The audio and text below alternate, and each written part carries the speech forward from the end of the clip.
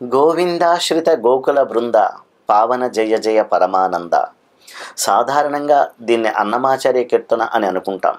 కానీ దీనిని రచించిన వారు తాళపాక అన్నమాచార్యుల వారి కుమారుడు పెద్ద తిరుమలాచార్యుల వారు. ఆయన ఆ వెంకటేశ్వర స్వామిని అనేక నామాలతో కీర్తిస్తూ ఈ కీర్తన రచన చేశారు. పెద్ద తిరుమలాచార్యుల వారు తండ్రికి తగ్గ తనయుడు. ఎందుకంటే అన్నమాచార్యుల వారు ప్రతిరోజు స్వామిని కీర్తిస్తూ ఒక కీర్తన రచన చేసి దానిని స్వామికి సమర్పించేవారట.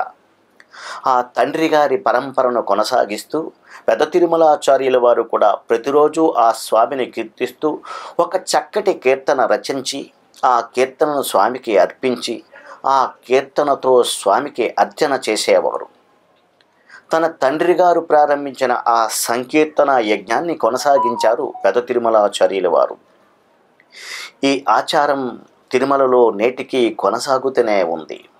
అన్నమాచార్యుల వారు రచించి గానం చేసిన ఆ సంకీర్తనలను రాగిరేకులపై ముద్రించి ఆ సంకీర్తన నిధిని తిరుమల శ్రీ వెంకటేశ్వర స్వామి వారి సన్నిధిలో అన్నమాచార్య సంకీర్తన భాండాగారంలో భద్రపరిచారు పెద్ద తిరుమలాచార్యుల వారు. ఇలాంటి అద్భుతమైన కీర్తనలను ఆలకించినప్పుడే హరి కరుణా విశేషం సిద్ధిస్తుంది.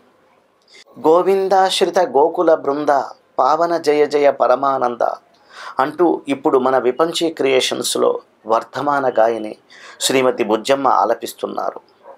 విని ఆనందించండి, మీ అభిప్రాయాన్ని తెలియచేయండి. మరిన్ని పాటల కోసం మన ఛానల్ సబ్స్క్రైబ్ చేయండి.